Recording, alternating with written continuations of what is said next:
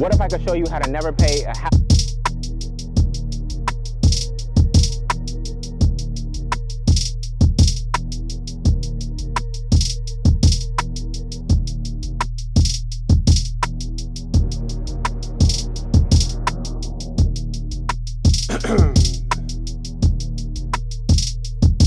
What is up? We are back in Black in the building. Shout out to everybody out there at the Core Plantation. Do what they need to do to survive. You know I'm there.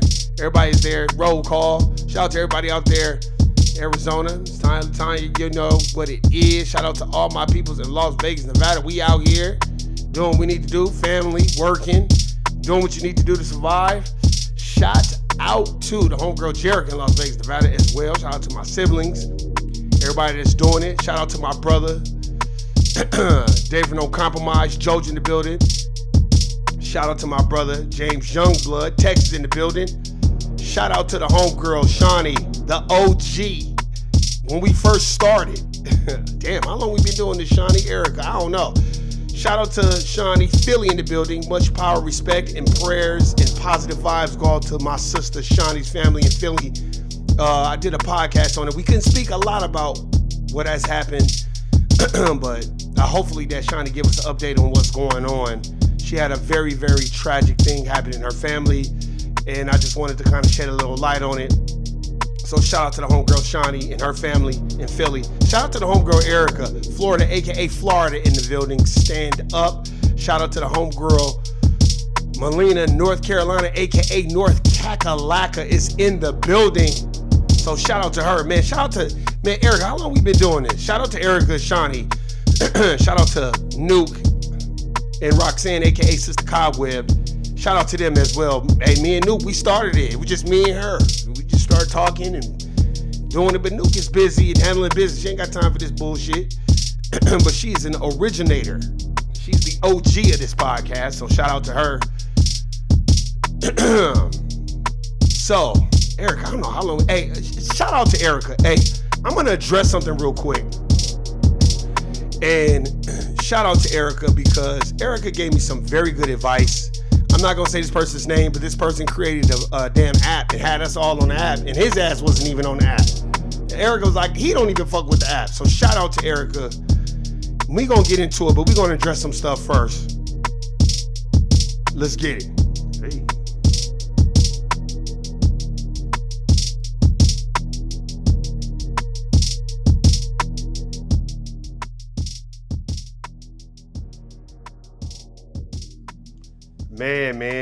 Man.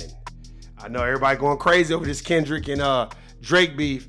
I'm not really that invested. Pusha T already dismantled Drake, and I've never really been a big Drake fan for my own personal reasons. Like, not that I don't think he's not dope or anything like that, but I just think he uses the melanin of foundational Black American culture, and then he repackages it, and then he sells it to the dominant society. And I'm just not into that. Not, you know, I want the brother to get his money and all that, but he's an actor and he just doesn't look realistic to me in a lot of sense of the word. But shout out to Julian Gordon. Much props to Julian Gordon. Julian Gordon is he's a very, very financially savvy young brother, and he does multifamily homes and stuff like that. And he really put on blast how we have to have more of a moral compass when we taking money from the Black community. That's why I give Tariq Nasheed so much respect, because when he does a crowdfunding thing, he did it for the museum. That brother done had that music going on 2 years. Everything that brother sets out to do, Tariq Nasheed, he accomplishes it. He don't bullshit with the people's money. So shout out to Tariq Nasheed, because he is the example and the beacon of light for us of how you do business when you're dealing with your people, and shout out to Julian Gordon. He was talking about your boy Jay Morrison, and I saw Jay Morrison in person a couple of years ago, and I did a podcast about it wasn't 2 years ago, it was probably about 3 years ago, I don't know. And he was talking some good stuff, but what I didn't like he was trying to sell a service to motherfuckers out there, and I just wasn't feeling it. And that kind of was a turn off. And I was like, this nigga's just hustling. But I never said nothing about it. Now this nigga done took millions of dollars from foundational Black Americans who are very skeptical of believing in each other as it is. And then he done bought that legacy building and ain't got shit going on. And now he done sold the legacy building. They ain't trying to give people their money back for that Tulsa real estate fund that ain't publicly traded and ain't shit going on with it. Shame on you and whoever does this type of shit. Don't take people's money if you ain't planning on doing the right thing with the money. Man. So I had to address that, man, because that was very unfortunate to see that. Shout out to Julian Gordon, because he was basically putting the shit out there like, this dude is taking money from people and you're not explaining shit. Shout out to Tony the Closer, too. Tony the Closer put his ass on blast 2 years ago. He was like, this motherfucker's a fraud. You know what I mean? So shout out to him as well. So I just wanted to get out there because Julian Gordon had invested like $40,000 in some shit. Boys, your punk ass need to be out there saying something about that shit. You better... I hate to do this because I got love for Boyce Watkins, but Boyce Watkins, man, Boyce Watkins didn't turn into Jenny Jones and motherfucking Jerry Springer and shit. But you need to stop that shit and you need to address the Jay Morrison bullshit because that man done took millions of dollars from people and people want to know what's going on. So we need to start addressing this stuff behind the scenes and stop taking people's money if you don't have the moral compass to do the right thing with it. You know if you're going to do the right thing with it or not.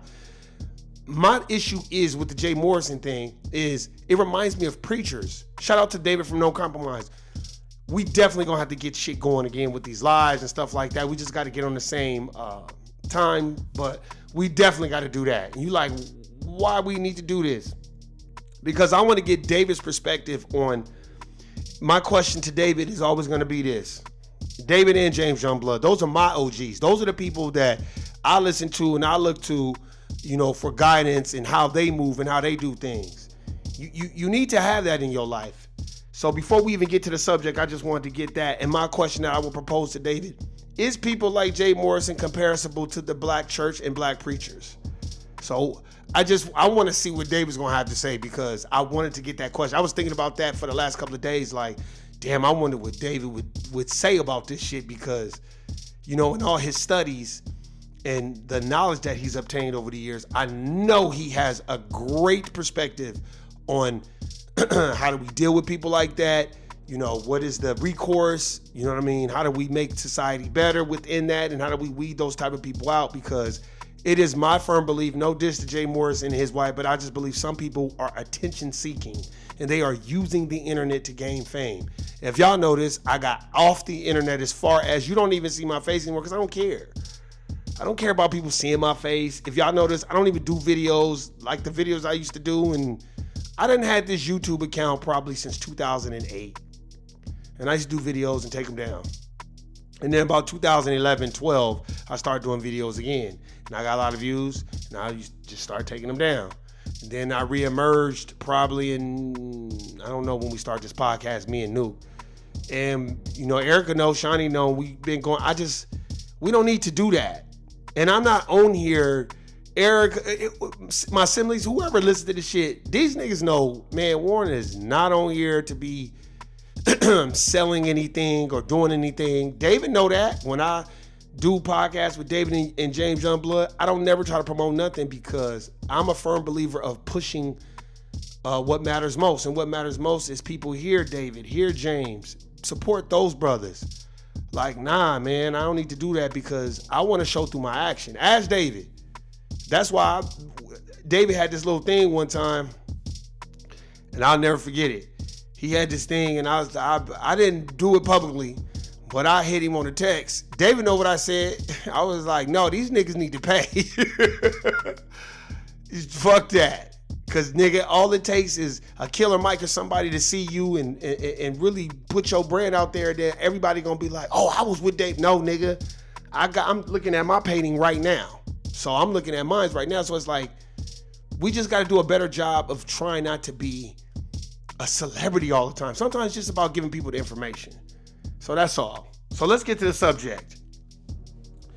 We had another black man, foundational Black American, get shot, killed, but for some sort of reason, the police went to the wrong person's house. Sound like the Botham Jean shit, huh? Except I don't think his family is going to be doing too much goddamn apologizing. This took place in Florida. So we're going to see what happened. Here we go. Later this morning, the family of a U.S. airman will publicly call for answers about the police shooting that took his life. Allison is here now with the details on what we know about this so far. 23-year-old Roger Fortson was killed last weekend. We know that. The Air Force says he was a senior airman deployed with the Special Operations Wing at... He's in the armed forces fighting for a country who whipped, pillaged, raped, robbed, gentrified, segregated, and he's still trying to fight for the country and defend the country and gets killed in his own country. Hurlburt Field in Florida, and he died at his off-base apartment. A local sheriff's department says a deputy was responding to a disturbance call when he encountered an armed man and shot him. Civil rights attorney Ben Crump says that Fortson was on a FaceTime call with a woman. According to Crump, she says that Fortson was alone when someone knocked on the door. But when he asked who was there was no response. After a much more aggressive knock a few minutes later, Fortson checked the peephole but didn't see anyone. And that's when the woman says that he became concerned. He got his gun, which he owned legally. Then deputies burst through that door, saw him with the gun, and fired. According to Crump, the woman said there was no disturbance during her call with Fortson, and she believes deputies went to the wrong apartment. They knew they was in the wrong apartment. They knew that. Hey, Foundation of Black Americans, hey, we got to get on call right now. All this bullshit, all this talking shit, let's stop that for a second. You are not safe nowhere, not even in your own home, your own dwelling. So what you need to do is, I suggest we say, when somebody knock, who is it? Then they knock again and don't say, who is it? I have a firearm, and if you do not announce yourself, you will get shot. And if they don't answer, you get on the phone with 911 with that thing out, and then you say, hi, 911 dispatch, hi, my name is such and such and such and such. I have a legal firearm that I have ready to unload the magazine because somebody's knocking on my door and not announcing themselves. I'm at such and such and such and such apartment such and such and such. And if they don't say who they are, they're going to get shot. That's what you do. Because damn, that police officer knew what the fuck they was doing. Stop. Lawyer Ben Crump issued a statement. In part, it says, quote, "We are calling for transparency in the investigation into Roger's death and the immediate..." What have I told y'all about investigations? David, James Youngblood, Erica, Shawnee, my siblings, Tasha, all of them. What have I told y'all? White people investigating other white people. So what do you think is going to come out of that? They're going to throw this kid some bread, his family some bread, and they're going to tell him to get the fuck on.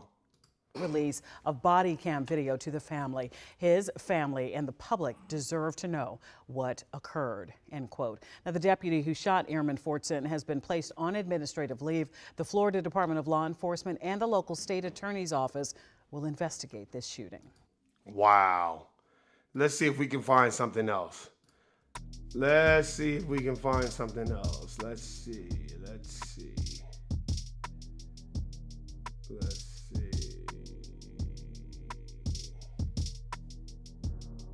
Let's see what Mr. Crump has to say.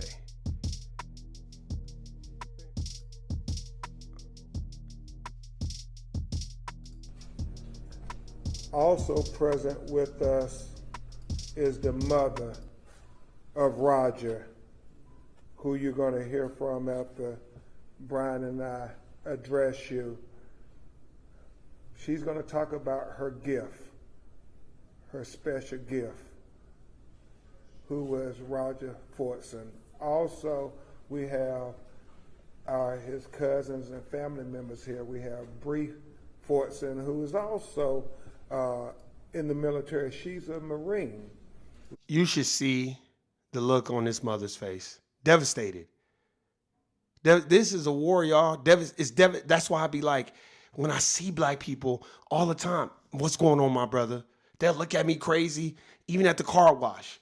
Like I told y'all this story before. I told this brother, man, he had the cleanest Benz I ever saw. It was that Benz was so bad. It was bad than a motherfucker. The wood grain, the rims, he had the bumps in it, the leather interior. I said, my nigga, that shit is the shit. That nigga damn near gave me a hug. He said, man, thank you, OG. He was younger than me. Man, I appreciate it. I said, no, man, you the shit. Man, I said, man, you shine, man. That's what he's like, man, I wish he even told me, he said, man, I wish other niggas was like you, man, because you don't know if a nigga I said, I understand. I said, that's a slavery mentality. You know, we don't want nobody to shine. I want my people to shine. I want my people to shine. Let me tell you something. All my siblings can tell you. I've been saying this. I want every foundational Black American to own a home. I've been saying this shit for years. Whoever's listening to me, Shawnee, Erica, no. Erica for sure, no. I've been saying this shit for years. I want everybody to own. I want every foundational Black American to own a home. My siblings know. I didn't had deep discussions with my siblings, especially my siblings, about it. And, you know, years ago, they probably was like, man, Warren tripping. But they know now. Like, well, at least Warren always been like, you need to get a house. No, you need to know. Get aunties, cousins, dads, brothers. Everybody need to pitch in. Everybody need to get everybody a house. I've always been that way because I want us to win. I don't want us to be. You don't want one person to have it. You want everybody to have it. I've always been that way, and we have to be this way because in the system of racism and white supremacy, nobody is safe. We are infantile, as Neely Fuller Jr. talks about. You are a prisoner of war. That's what he says in the book. No, we ain't. Yes, you are. You don't own and control nothing in this country. So while everybody in competition with each other, you need to understand who you're really in competition with, because racism, according to Dr. Clyde Anderson, is the competition of resources. You don't own and control none of the resources, so you're on the same team as a person that looks like you, a foundational Black American. So if you see a foundational Black American and he's in a nice car, who gives a fuck if he got an attitude? Tell him, man, that's a nice car. I saw a nigga in a nice car. My car's way better than his. And I said, man, I like your ride, bro. And he was more shocked because I said that. But because, nigga, I want my people to win. I like it when I see my people in fresh Jordans and Gucci and Louis. Like, I like to see that. I'm never the type of person like, man, Black people need to stop doing this. Black people not just, man, I want us to win. I just want us to win together.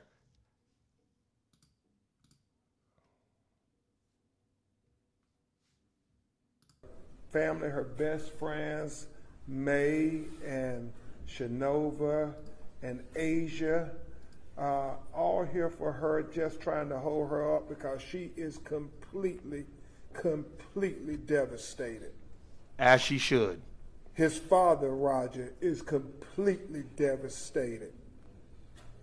His brothers and sister, especially his little brother Andre and his little sister Harmony, who he picked out the name for his 10-year-old sister. He was there when she was delivered. And his mother tells the story of how, you know, he did everything that. I can't listen to that because all that's going to do is piss me off. I ain't even going to lie to y'all. That's just going to piss me off. I'm getting irritated. You don't just walk in the wrong motherfucker's house and just start shooting. Stop. What you doing at somebody's apartment? So let's pull the goddamn 911 dispatch call. So the 911 dispatch, if you gave out the wrong information, fired. Lawsuit for you too. Day-Day, is that your cousin? You fired too. The police chief, fired. No fucking qualified immunity and all this bullshit. That's what I'm saying, man. Like, I'm not talking about the beats with Drake and all that. That's hip hop. That's hip hop. That's always gonna happen. What I'm talking about is these individualized, underlined slave mentality, crabs in a barrel ass people who want to take the time to be arguing about shit that don't matter. That's why I don't do four-wall effect. That's why I don't hang out with people and we just all gonna sit around. Look, when my mom was alive, we go to my mom's house, we would always have these discussions, but we would always have a fucking solution too. They need to start doing XXXXX. Well, nah, because if they do that, then they need to do such. Like, we didn't just go to my mom's house and be like, yeah, ma, you know, it's fucked up out here and we don't know what we gonna do. First of all, our mom gonna cuss us the fuck out and tell us to go to the store and get her a beer and some cigarettes. That's the first thing my mama gonna tell you. While you up here bitching and complaining, nigga, you got a job. Y'all need to go get me a beer and some cigarettes. Since y'all wanna do all that motherfucking complaining, that's what moms is gonna say. So you better have a solution. So it's always a solution to every problem. And the problem that I see is Dilly Fuller Jr. is right. If you don't understand the system of racism and white supremacy, then everything else is going to confuse you. Because I think a lot of us don't really understand how it works. Go try working at a corn plantation for a couple of years. You're going to see how it works. Yeah. Then go try buying a crib. You're going to see how it works. All the hidden fees and rules and regulations and all this bullshit. Don't let these people tell you, man, you just gotta have good credit. Yeah, right. You have to have good credit, and you gotta have a goddamn job.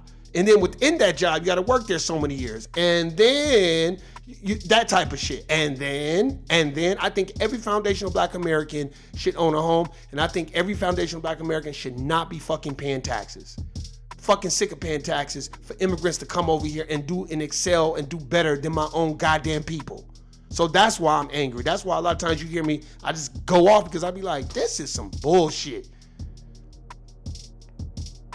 That's why I say immigrants. I don't care who you are. I don't give a fuck if you Black. If you're an immigrant and you're here for unearned benefits. And there's no way you should be passing any of my family members or any of my friends' family members or any of David's family members or Jane's family members or Jericho or Melina's family. These are foundational Black American people who built this country for free without repayment. So why the fuck would I sit back and allow another racial group from another fucking country that's here illegally to come here for unearned benefits while my own people are starving and getting slaughtered and getting shot and getting killed? This man is serving his own country and get killed. Now what kind of sucker shit is that? And where the fuck is all these goddamn Make America Great Again motherfuckers at? Where are y'all at? Y'all always talking about, oh, you disrespecting the flag and all this other shit. Well, this man was upholding the flag and got killed. So where the fuck are y'all? Where the fuck are all these people at? Where are they? Exactly. Because at the end of the day, as John Henry Clark said, we ain't got no friends. I've heard Dave from No Compromise say a lot of times, like, Warren G, these people don't give a fuck about what we got going on. Was it David or James? One of my OGs said, Warren G, everybody wants to be Black. He was like, everybody wants to be Black until they got to deal with the police. He's like, Warren G, everybody wants to be Black until they have to deal with all the things that comes along with being Black. He said that on a Twitter space that me and David did. I've heard him and James Youngblood say, like, everybody want to be Black and want to participate in it when it benefits them, and then when it no longer benefits them, they don't give a fuck about no hip hop culture or Black culture as it is. We are the culture. We're the most influential people in this planet. Let me tell you something. I'm going to say this, and then I'm going to probably end I keep going over the time. I'm going to say this, and I'm done. I remember when we were in Baldwin Park High School, and I used to get my hair cut and have a fresh line and a part and waves. And you know how many Mexicans would come up to me and be like, how did they do your hair like that? How did they make the line so straight? I'm not lying to y'all. I don't got time to be making up bullshit stories. I'll never forget that shit. People will come up to me and be like, how do they do that? How does that line that perfect? Because back in the day, there was a separatism between racial groups. Mexicans did not get their hair cut like Black people, and Black folk didn't get their hair cut like no damn Mexican. Or no white people. Or no Asian people. And then all of a sudden, look at now. Everybody want to have a fade like a Black person. Everybody want to have a fro. That's why I love it when I see my brothers grow dreads, because that's the one thing that nobody on this planet, if you are not melanated, you cannot grow dreads. Oh, I see other racial groups try to attempt to grow them, close but no cigar. So remember, we're the most influential people. We are powerful, special people, like Dr. Klein Anderson said, and we need to understand what being on code is and being on the same page and know that racism is competition of resources. So we have to fight other racial groups. And I'm not meaning fight as in physically fight. I mean mental warfare. We have to stick together. We have to get the jobs. We have to bring our other people in. And then when we get these jobs, stop acting a fool at the goddamn job. Remember, go read this article about this brother that just got killed. Go read it. Because let me tell you something, man. It ain't no joke. R.I.P. to Roger Fortson. Much love, power, and respect to his family. We are sending positive energy y'all way. And I'm going to say this, and I'm done.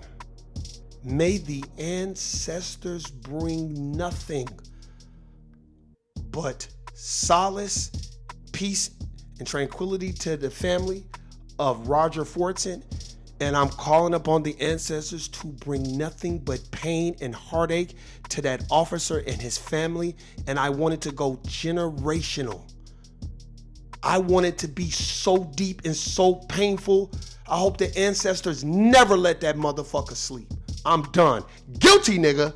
I'm out. Peace.